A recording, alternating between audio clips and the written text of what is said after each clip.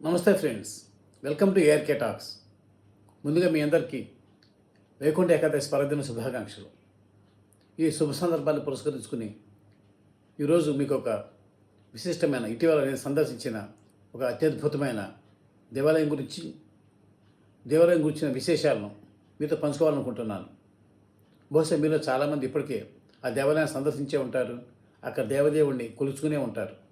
అలాంటి వారికి అప్పట్లో వారు దర్శించుకున్నప్పుడు కలిగిన అనుభూతులను, మధురానుభూతిని మరొకసారి జ్ఞాపకం చేయడంతో పాటు ఇప్పటివరకు ఈ ఆలయాన్ని సందర్శించిన వారికి వెంటనే సాధ్యమైనంత త్వరగా ఆలయాన్ని సందర్శించాలనిపించేలా అక్కడ ఏమి విశేషాలు ఉన్నాయో తెలియజెప్పేందుకు నా ఈ చిన్న ప్రయత్నం. విశాఖపట్నానికి 130 కిలోమీటర్ దూరంలో, శ్రీకాకుళానికి 15 కిలోమీటర్ దూరంలో ఉన్న శ్రీకుర్మం అనే దేవస్థానం గురించి ఇప్పుడు నేను మీకు చెప్పబోతున్నాను. శ్రీకుర్మం లేదా శ్రీకుర్మ దేవస్థానం అంటే మహావిష్ణువు దశావతారాల్లో రెండవదైన శ్రీకుర్మం అంటే తాబేలు రూపంలో ఉన్న మూలవరను కొలిచే క్షేత్రం ఇది. దీనికి ప్రత్యేకతలు అన్నీ ఇన్ని కావు. దేవాలయానికి 2వ శతాబ్దంలోనే జీర్ణోద్ధరణ జరిగింది అని దీన్ని బట్టి అర్థం చేసుకోవచ్చు. దీన్ని 1000 సంవత్సరాలుగా భక్తజన కూడా పూజలు అందుకుంటుందో. ఇంత విశిష్టమైన పురాతన ఆలయం దేశంలో చాలా తక్కువ. ఈ దేవాలయానికి ఉన్న మరొక ప్రత్యేకత ఏమిటంటే, సాధారణంగా మనం ఏ వైష్ణవ దేవాలయంలో కూడా అభిషేకాలు ఇవన్నీ చూడడం, కానీ ఇక్కడ నిత్యాభిషేకాలు జరుగుతూ ఉంటాయి. అంతేకాదు భక్తులు కూడా స్వయంగా తమ చేతులతో స్వామివారిని అభిషేకించుకోవచ్చు కూడా. ఇలా ఎందుకు జరుగుతుందంటే, గతంలో కొన్ని సంవత్సరాల పాటు ఈ ఆలయం శైవక్షేత్రంగా వెలిసిల్లింది. ఆ తర్వాత 11-12 శతాబ్దాల్లో మళ్ళీ వైష్ణవ క్షేత్రంగా మారింది. దీంతో అప్పటి నుంచి కూడా ఇన్ని 100 సంవత్సరాలుగా ఈ ఆలయంలో 2 శైవం వైష్ణవ 2 సంప్రదాయాలు అనుసరిస్తూ పూజలు జరుగుతున్నాయి. ఇలా 2 సంప్రదాయ రీతుల్లో పూజలు జరుగుతున్న ఏకైక ఆలయం బహుశా మన దేశంలో ఇది ఒకటేనేమో. దేవాలయాన్ని ఎంతోమంది పురాణ పురుషులు అంటే లవకుశులు, బలరాముడు, దుర్వాస మహర్షి లాంటి వారి అందరితో పాటు రామానుజాచార్యులు వంటి పరివ్రాజకులు, హిందూ మతోద్ధారకులు, కళింగులు, గజపతులు, తుళు రాజవంశీకులు, ఇలా ఎన్నెన్నో రాజవంశాలు ఇక్కడ మూలవరాటం సందర్శించుకున్నాయి. సమాజంలోని అన్ని వర్గాల వారు కొన్ని వందల తరాలుగా ఈ దేవదేవుణ్ణి, ఇక్కడ వెలిసిన శ్రీకుర్మనాథుడిని దర్శించుకుంటూనే ఉన్నారు.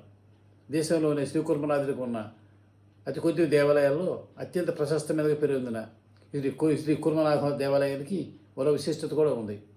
పితృదేవతల కన్నా పూజలు చేస్తే వారికి సద్గతి ప్రాప్తించి మోక్షం కలుగుతుందని. సాధారణంగా మన దక్షిణ భారత దేవాలయాలన్నీ కూడా ద్రవిడ సంప్రదాయంలో నిర్మితమై ఉంటాయి. ద్రవిడ శిల్పకళా రీతుల్లో పుచోళులు, పల్లవులు ఇట్లా వీరందరూ హాయంలో నిర్మితమైనవి కాకపోతే ఇక్కడ శ్రీకుర్మానికి ఉన్న మరో విశిష్టత ఏమిటంటే, ఈ ఆలయంలో అటు ద్రవిడ, ఇటు పక్కనే ఉన్న కళింగ ఈ సంప్రదాయాలు 2 కూడా మిళితమై ఉంటాయి. దీంతో ఈ ఆలయం ఇతర దేవాలయాల కంటే విభిన్నంగా కనిపిస్తూ చూపరుల దృష్టిని ఇంటే ఆకర్షిస్తుంది.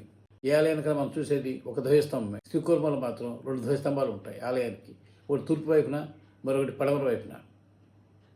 అంతేనా, ఈ ఆలయానికి ఉన్న చుట్టూ ఉన్న మందిరంలో ఉన్న 108 ఏకశిలా స్తంభాలు, ఇవన్నీ కూడా పిల్లర్స్, ఇవన్నీ కూడా అద్భుత శిల్పకళా రీతికి తార్కాణాలు. ఈ వీటిలో ఇంకొక విశేషత ఏమంటే, ఏ ఒక్క స్తంభము మరో దాంతో సరిపోలదు. దేనికదే విభిన్నంగా ఉంటాయి. ఈ మందిరం గోడలపై అద్భుత పురాణ ఘట్టాలైన క్షీరసాగర మథనం, గజేంద్ర మోక్షం వంటి ఎన్నెన్నో పురాణ ఘట్టాలను అతి లాఘవంగా కళ్ళకు కట్టినట్టుగా నిజంగా ఇలాగే జరిగి ఉంటుందా ఆ ఘట్టం అన్నంత అద్భుతంగా చిత్రీకరించిన కుటి చిత్రాలు ఉన్నాయి, వాల్ పెయింటింగ్స్. కానీ నాకు అనిపించింది ఏమిటంటే, వాటికి తగిన స్థాయిలో వాటి మెయింటెనెన్స్ నిర్వహణ ఉండటం లేదని. ఎందుకంటే చుట్టూ పైన షీల్డ్ లాంటి రక్షణ కవచాలు లాంటివి ఏమి లేకపోవడంతో కొందరు భక్తులు వాటిని చేతులు వేస్తున్నారు, లేదా గాలి వానకు అవి గురవుతున్నాయి. ఆలయానికి దాదాపు పుష్కరిణి ఉంటుంది మన హిందూ దేవాలయాలకి. అయితే వీటిలో చాలా వరకు కాలక్రమేణ ఆక్రమణకు గురి కావటము, నిర్వహణ లోపంతో అధ్వానంగా మారటం చూస్తూ ఉన్నాం. కానీ శ్రీకుర్మ దేవస్థానానికి ఉన్న విశేషత ఏమిటంటే, ఆలయానికి ఎదురుగా ఉన్న శ్వేత పుష్కరిణి కొన్ని ఎకరాల విస్తీర్ణంలో విస్తరించి అత్యంత శుభ్రంగా పరిమితి చేస్తుంది.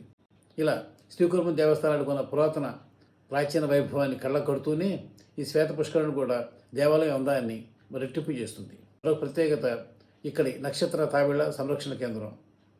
ఇక్కడ ఈ ఆలయంలో వెలిసింది సాక్షాత్తు శ్రీకుర్మనాథుడే కాబట్టి ఈ ఆలయం దగ్గర ఆలయ ప్రాంగణంలో ఎన్నో నక్షత్ర తాబేళ్లను ఎక్కడెక్కడి నుంచో తీసుకొని వచ్చి భక్తులు ఇక్కడ ఇస్తే వాటిని దేవస్థానం వారు జాగ్రత్తగా సంరక్షిస్తూ ఉండటం విశేషం. ఇన్ని ప్రత్యేకతలు ఉన్నాయి కాబట్టి ఈ శ్రీకురుమం దేవస్థానాన్ని 2013లో కేంద్ర ప్రభుత్వం దీనికి గౌరవార్థం ప్రత్యేకంగా ఒక పోస్టల్ స్టాంప్ తపాలా బిళ్ళ విడుదల చేసి గౌరవించింది. ఇంకొక విశేషం ఏమిటి అంటే ఆలయం బయట అంటే నిత్యాన్నదాన మందిరానికి దగ్గరలో స్వామివారి దశావతారాల విగ్రహాలు కూడా అత్యద్భుతంగా నల్లటి గ్రానైట్స్లతో చెక్కబడి ఉన్నాయి. వాటన్నిటి కింద ఏ అవతారానికి అవతారాలను కొలుస్తూ ఒక చక్కటి శ్లోకం ఇలా 10 వరుసగా ఉండటం చాలా బాగుంటుంది.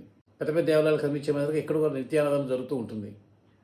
అన్నట్టు చెప్పడం మర్చాను, ఈ ఆలయం నిర్వహణ చూస్తోంది ఎండోమెంట్స్ డిపార్ట్మెంట్ కాదు, రాష్ట్రంలోని ఎన్నెన్నో వందల వేల దేవాలయాలకు ధర్మకర్తలుగా వ్యవహరిస్తున్న పోస్పాడు వంశీయులే ఈ ఆలయానికి ఇప్పుడు కూడా ట్రస్టీలు. వీరి ఆధ్వర్యంలో ఈ ఆలయం నడుస్తోంది. తర్వాత ఇంకొకటి చెప్పుకోదగిన విశేషం నేను గమనించింది, మన చాలా దేవాలయాలు ఇప్పటికే పెరుగుతున్న భక్తుల రద్దీకి అనుగుణంగా లేదా మారుతున్న అవసరాలకు అనుగుణంగా ఆధునీకరణ పేరిట కొన్ని మార్పు చేర్పులు లోనవుతున్నాయి. ఆ క్రమంలో అవి తమ ప్రాచీన శోభను కొద్ది చోట్ల అయితే అప్పటి ప్రశాంతతను కూడా కోల్పోతున్నాయి. కానీ శ్రీకుర్మం చెప్పుకోదగిన విశేషం ఏంటంటే శ్రీకుర్మంలో ఇది ఇప్పుడు గతంలో ఎప్పుడైతే ఎన్నాళ్ళ క్రితం ఎలా ఉందో ఇప్పుడు అలాగే అదే ప్రాచీన శిల్పకళా సంపత్తో, అదే ప్రశాంతతతో, అదే స్వచ్ఛతతో ఇప్పటికీ అక్కడికి వెళ్ళే వారికి ఒక రకమైన పాజిటివ్ వైపు కలుగుతుంది. చక్కటి ఆహ్లాదకరమైన వాతావరణం, ప్రశాంతంగా ఏ హడావుడి లేకుండా గతంలో మనం చిన్నప్పుడు వెళ్ళిన గుళ్ళ మాదిరిగా ప్రశాంతంగా ఉంటుంది. మతాలకు అతీతంగా ప్రతి ఒక్కరూ మన ప్రాచీన శిల్పకళా సంస్కృతి, మన అద్భుతమైన శిల్పకళా నైపుణ్యం, అప్పటి మహామహులు నడిచిన దారి ఇవన్నీ తెలుసుకోవాలి అంటే కనుక ఏ మతం వారైనా సరే శ్రీకుర్మం దేవస్థానాన్ని సందర్శించాలి.